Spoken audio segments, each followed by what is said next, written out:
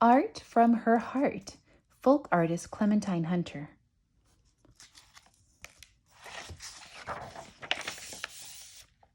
Art from Her Heart.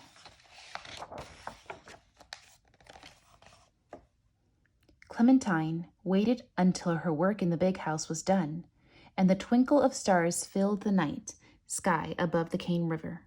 She was ready to paint, like the artist she cooked and cleaned for at Melrose Plantation.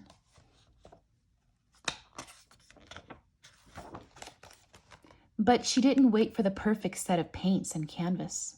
She used the leftovers the artist gave her. Instead of canvas, she used window shades, glass bottles, black iron skillets, and old boards, whatever she could find. In the middle of her 100 years, Clementine had decided to paint.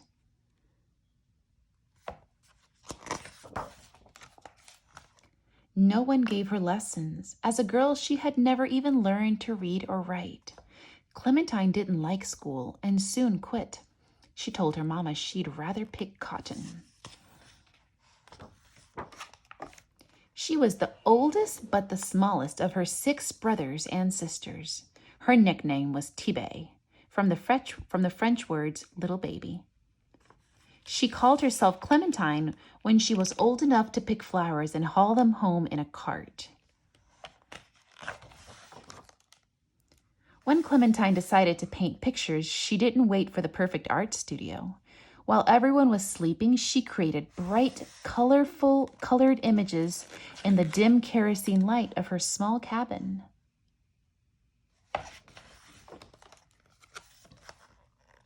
She didn't wait to travel and seek inspiration in foreign lands. She drew the pictures in her memory, scenes of life on Melrose Plantation. Clementine thought back to the days of dragging a 100-pound sack of cotton down endless rows while her children sat under a tree in the field.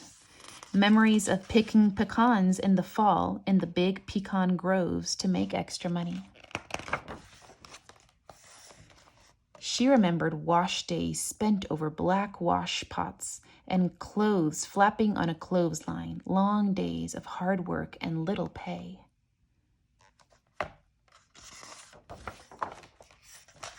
There were good times on the plantation, and Clementine recorded them also. Couples laughing and dancing on a Saturday night, like the dance where Clementine met her husband, Emmanuel.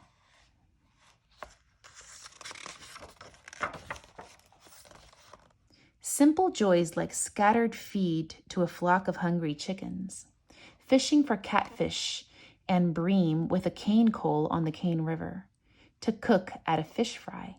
Clementine enjoyed fishing at the river with her grandson, but she always fished from the bank. She didn't like getting in the boats.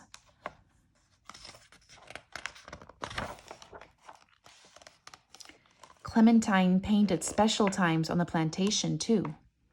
Pictures of a couple on their wedding day, graduates waiting in line for their diplomas, a paper that Clementine didn't receive until the end of her years, and children in white robes ready for their baptism in the Cane River. Her grandchildren walked into the water for their baptism, happy days that Clementine loved to paint. Clementine didn't wait for the world to find her art. She hung a sign on her gate that read, "Art Exhibit Admission, 25 cents, thanks." People came to see her pictures pinned on a clothesline and bought them. Friends who recognized her talent gave her paints, paper, and brushes. They helped her find galleries that would display and sell her artwork. Years later, people lined up to see her artwork at the big museum in New Orleans, Louisiana.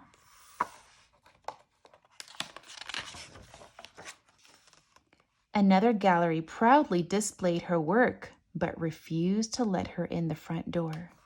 She had to wait until after hours to enjoy her own pictures on display. But the laws that kept her out would soon be gone, like the feed thrown to the chickens.